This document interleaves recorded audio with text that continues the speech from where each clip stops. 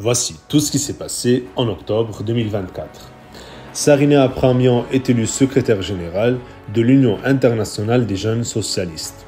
Jusqu'à présent vice-présidente de l'IUSY, Sarine avait fait découvrir il y a quelques années l'Artsakh à une délégation de jeunes socialistes.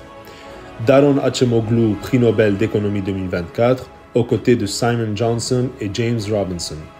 Né à Istanbul d'origine arménienne, Daron Acemoglu est un économiste et professeur d'économie au MIT. Il est l'économiste le plus cité des 10 dernières années.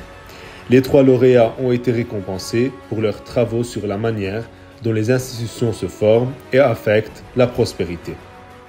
Le musicien Garbis Apikyan, ancien chef de chœur de la chorale Sipam Gomidas pendant près de 50 ans, est décédé.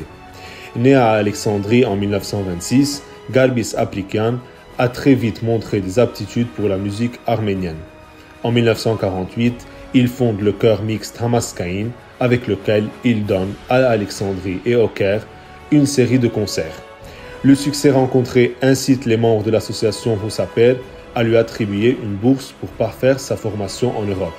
C'est comme cela qu'il arrive à Paris en 1953.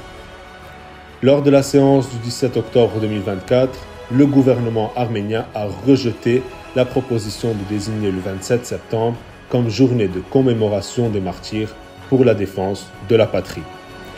Le Parlement arménien a ratifié le règlement relatif à l'activité conjointe des commissions Arménie-Azerbaïdjan sur la délimitation et la sécurité des frontières, signé entre les deux pays à la fin d'août 2024 avec 67 voix en faveur. Seule la faction de Nikol Pachinian a pris part au vote. Les 2 autres factions du Parlement ont choisi de boycotter les débats et le vote. Le Parlement européen a adopté une résolution condamnant les violations des droits de l'homme et au droit international commises par l'Azerbaïdjan avec une forte majorité, 453 pour, 31 contre et 89 abstentions. La résolution critique la répression exercée par l'Azerbaïdjan à l'encontre des dirigeants de l'opposition, des journalistes et de la société civile, en particulier à l'approche du sommet COP29.